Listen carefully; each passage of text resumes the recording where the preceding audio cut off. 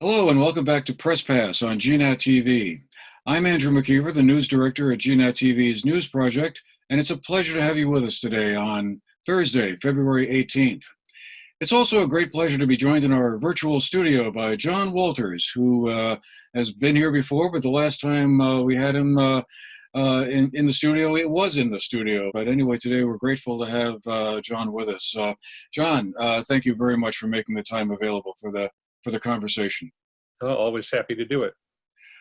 John Walters is a blogger who writes the Vermont Political Observer, which is basically required reading for anyone who's a bit of a political wonk in Vermont. He's a former writer with VT Digger and the 7 Days, and began his career in journalism as a reporter for Michigan Public Radio. Anyway, John, again, great to have you with us. Want to hear your insights and takeaways on what's been going on up in, I guess, the virtual State House. And that's where I thought we could maybe start is by asking you, you've covered the State House both pre and now during the pandemic. It must be a very different experience trying to keep tabs on the politicians in the Zoom era. Yeah, it's a mixed bag. The benefit, and this is a benefit for any Vermonter, is that all of the hearings and all of the floor sessions and even the caucus meetings are accessible on YouTube. You can watch live, and all of them are archived on YouTube. And that's a great benefit to me because I can sit in on any hearing I want to without having to squeeze into a tightly packed hearing room at the legislature, at the State House. So that's the good part. The bad part is that with everybody scattered around the state, you can't get a sense you can't take the pulse of the place. It's a lot harder to get a sense of what's going on, what's bubbling, what might be happening next, and that sort of thing. That's the kind of thing you can much more easily track by hanging out in the cafeteria of the State House, or walking the halls and grabbing a committee chair for just a quick question or two after a hearing. Having regular scrums with leadership. All that sort of thing. And none of that happens. So it's harder in that respect. It is actually easier to track policy, or more convenient anyway. So do you think there's a way that we could have the best of both worlds somehow or another when we finally get on the other side of the pandemic, and we can all go back into the State House and squeeze into those tiny little committee hearing rooms we all love so much?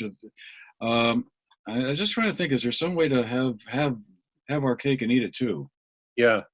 Well, I hope, and I've actually talked to leadership in both chambers about this, I'm hoping that once we get back to whatever normal looks like, that they will find some way to continue doing, a video stream of all the hearings. That's less convenient in the hearing rooms than it is over Zoom, but I would think they could find a way, and it would be a great service, particularly to people in other parts of the state, not only in terms of monitoring what's going on, but also in terms of being able to testify. I was tweeting back and forth with a former lawmaker from southwestern Vermont who said that, who was complaining about the relative lack of witnesses from other parts of the state. And, it's hard to keep track of the schedule. The schedule's always changing. If you drive up to even if you know that a hearing is happening on a bill that you care about, you drive up to, you register yourself as a witness, you drive up to Montpelier, and there's a pretty good chance that the schedule will change at the last minute. So it's almost impossible for people to be witnesses, and it would be really nice if they could continue to allow Zoom access for these hearings as well as live in person. So drilling down then into some of the areas you've been covering, your recent blog posts have been really fascinating reading. I check them out every day. There's a whole list of things that the legislators are working on remotely. One of the ones I've been sort of half following a little bit is the whole pension fund question, which I know kind of is one of those things that's easy to have eyes glaze over about, but it really is quite a significant problem. One of those classic kicking the can down the road kind of stories, it sounds like to me on the surface. But you follow this a lot more closely. What do you think the prospects are that this year in particular, with COVID and economic recovery seeming to be the centerpiece questions that most legislators seem to be talking about and concerned about, and rightfully so, that making some significant progress on tackling that pension fund shortfall is possible? Yeah. It's a big problem, and it went to the top of the list, or very close to the top of the list, when State Treasurer Beth Pierce announced at the beginning of the session that kind of sounding the alarm bell, saying that the pensions were dangerously underfunded and that it would be prohibitively expensive to make them whole. She came to this conclusion after the latest performance audit of the funds showed that they were continuing to lag farther and farther behind being fully funded. And so she sees this as a crippling burden that we have to address immediately in order to protect the state's bond rating. It's a big political issue because I don't think there's a Democrat around who wants to offend the teachers union and the state employees union. And I think that they honestly believe that a good pension plan is a good thing, not only for the employees, but for the state, to give people a sense of security in their later years. Beth Pierce said that you're either going to have to make big cuts in pension benefits, or you're going to have to identify a pot of money that can be used to make this whole. There's at least one proposal to impose an income tax surcharge on wealthy Vermonters with the money going to the pension. I don't think that's going anywhere. There's been a lot of talk about tax the rich, and it's never gets past the beginning stages. There is some hope that the next federal stimulus bill, now that Joe Biden is president and the Democrats have a slim majority in the Senate, it's likely that there will be a pretty big stimulus bill. And the hope is that some of that money can be used to help patch up the pension fund and, sort of put off the day of reckoning, I suppose. That stands a pretty good chance of happening, but right now, it's unclear where that's going to go. Another big issue down our way, and I'm sure it's the case statewide as well, has been the whole broadband question. I know this is one you followed as well. Everyone seems to agree that the state needs to upgrade its broadband capacity, and that's almost like taken for granted at this point. And I'm certainly not going to argue with that one, since I basically now live on broadband. But the question I ask folks from time to time is, okay, great. Well, so how do we get there? I mean, it's as I understand it, that's about a $300 million problem, basically, if the state were to fully try and wire the remote areas in the Northeast Kingdom and down here in the Southwest Banana Belt, or whatever it is we're called nowadays. And obviously the state isn't going to generate the kind of money for that internally. I mean, that's obviously going to have to be a significant dollop of federal dollars coming in for that. Yeah. What do you think is going to happen with the broadband question, or what are you hearing from the legislators that as to how we're actually going to solve it in a semi-timely fashion, as opposed to 5 or 10 years from now? Yeah, I think the quick answer to that is hoping for a big federal, influx of funds devoted to broadband. Broadband is one of those issues that's sort of like a structural issue that seemingly has no relationship with the pandemic, but the urgency of it has become much more apparent during the pandemic. The same can be said for access to childcare. And we have a sort of a budding housing crisis because housing prices are going up rapidly because out-of-staters are buying up properties. I imagine that's happening in your neck of the woods as well. There are a lot of issues that don't seem directly related to health that are, COVID has kind of shown a spotlight on them. And, broadband, with people working from home and kids learning from home, access to broadband is a need, not just a nice thing. And I think the big hope, again, is that the next federal stimulus will include a significant amount of money to at least give us a good, solid start on spreading broadband across the state. It really is a necessity if we're going to reverse the trend of, people either leaving the state or moving to more metropolitan areas, like, mostly Chittenden County. We came like a lot of people have noted, we kind of have two Vermonts, the Chittenden County and other reasonably sized cities, and the rest of Vermont. And the rest of Vermont needs broadband as part of what would help them stay relevant in the 21st century. There isn't a big pot of money around unless it comes from the federal government. And again, the best thing that happened to Phil Scott is the Democrat winning the White House and Democrats winning the Senate, because now it's almost certain that there will be some kind of a stimulus bill that will continue to keep Vermont, floating at least. Well, my understanding is that the governor has put in, $20 million into the budget to move that along. But boy, 20 million doesn't seem to me anyway to kind of get us very far. It sounds like a couple of planning studies that we've already had one or two of already. And what we really need to see happening is poles with fiber optic cable being attached to them and run up dirt roads, up hillsides to the proverbial last miles. But it's interesting how this past summer, when the state was able to put some of the hot spots in place for folks to drive to a library or a town hall parking lot and could log on there, that was an important way of solving the short-term crisis. But clearly, that's not the long-term solution. I would think. Not in the winter, certainly. Sit in your car outside a library for a few hours. That's not going to work.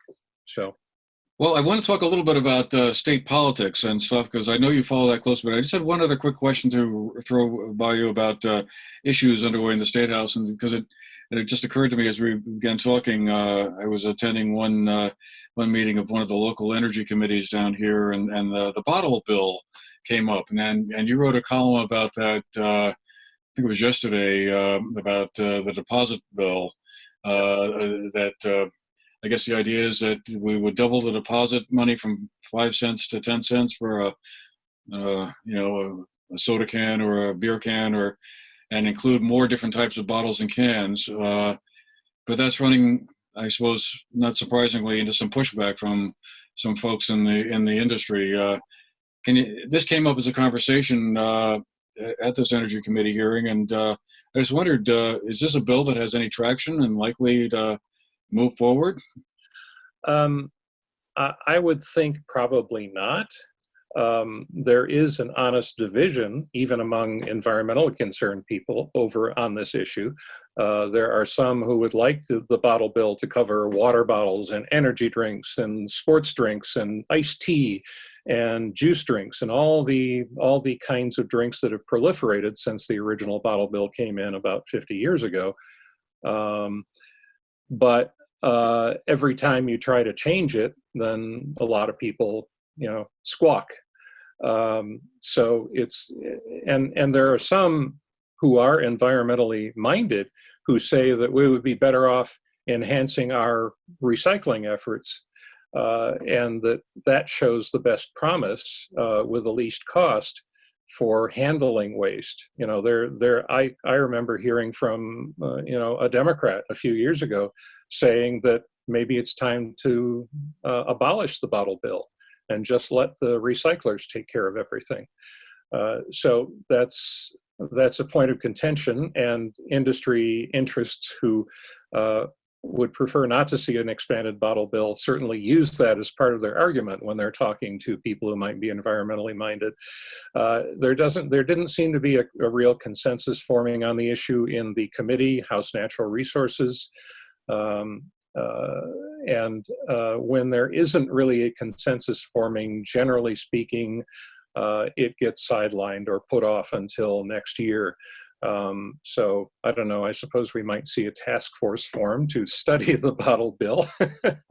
That's always the popular way out of a decision where you don't have a clear consensus. But Right. Well, it's kind of interesting because, oh, I'm sorry. I was just going to say, my latest understanding of the recycling industry, and I think you alluded to this in your column, is that the market for recyclables is not exactly robust at the moment. Yeah, and that's the problem with the argument. And interestingly enough, that didn't come up at all during yesterday's hearing. Now, this was only one hearing. They've had others, and this was mostly industry people. But, you know, there are a couple of things that really didn't come up. One was the fact that prices for a lot of recycled materials have plummeted, so that they're actually operating at a loss. The other is that the original impetus for the bottle bill was to clean up the roadsides, get all those bottles and cans off the roads. And it succeeded pretty dramatically at doing that. So now the same could be said now that there are more water bottles than there are Coke cans. Maybe it's time to expand it. But that argument wasn't made yesterday, and I'm not sure where it stands in the hierarchy right now. Well, one more thing to keep tabs on. But anyway, as I was saying, I before we run out of time here, I definitely wanted to get your take on some of the interesting developments within both of the two major political parties in the state. Both of them seem to be going through periods of, well, I'm not sure what the right word is, but most recently, the Vermont Democratic Party saw one of their newer arrivals, a political operative, leave in a rather dramatic fashion, firing off a rather angry letter to their leadership, saying that the Vermont Democratic Party was an old boys club and kind of getting out of touch with things. And so I wanted to kind of, and then of course, shortly afterwards, the chairman of the party resigned also. So there's another conversation to be had about the Vermont GOP, but what's going on with the VDP, as I guess we're referring to them now? Well, I think the problem with the Vermont Democratic Party is that they have been too comfortable for a long time. They can basically roll out of bed and win most elections. They're not seriously in danger of losing the House or the Senate. They can't win the governorship, but otherwise they dominate state politics. When you have a comfortable group like that, that creates a lot of inertia, a lot of resistance to change. Well, we're doing pretty well now. Why do we need to uproot everything? And the answer to that, I guess, is that, the party is dominated by the usual suspects. There is little room. You go to a party meeting and they're always complaining about the lack of young people in the party. And, most of the heads are gray around the room. But young people find that it's very difficult to break into the party. You have, young people who might want to run for office in districts that are currently represented by a Democrat, and they're told to, stay out of the way and wait your turn. The young people don't necessarily see the value in stuff that has been done the same way for a long time. That's familiar to the party elders, it's new to the young people, and it seems pointless. So the party does need to have a reckoning. This may be the moment where they wake up and face reality. I'm not convinced that they will, because there is such inertia in that group, and they haven't. Aside from their failure to really contest Phil Scott, they, like I said, they can roll out of bed and win. So, do they have any concerns that they might be outflanked on the left by the progressives? It seems like, at least in Burlington, for instance, the Progressive Party and the Democratic Party seem to be more at loggerheads than with each other than they are with anybody else. Is that a forerunner of what? There isn't much of a Republican Party in Burlington anymore. So it pretty much is Progs versus Dems. On a statewide level, I don't think that's really true. The progressives have said for years that they're slowly making progress into becoming a viable third force in state politics. And they did win a couple more seats this time in the legislature, but on the other hand, they lost their two most prominent office holders. Dave Zuckerman ran for governor and lost. He's not lieutenant governor anymore. Tim Ash ran for lieutenant governor and lost in the primary. He's not Senate leader anymore. So they've lost their two people who were their big hopes for, statewide, relevant contenders for top offices. So I think they're kind of stuck on a treadmill. What will be interesting to see, what could really give them a little boost is if momentum builds toward some sort of ranked choice voting system in Vermont.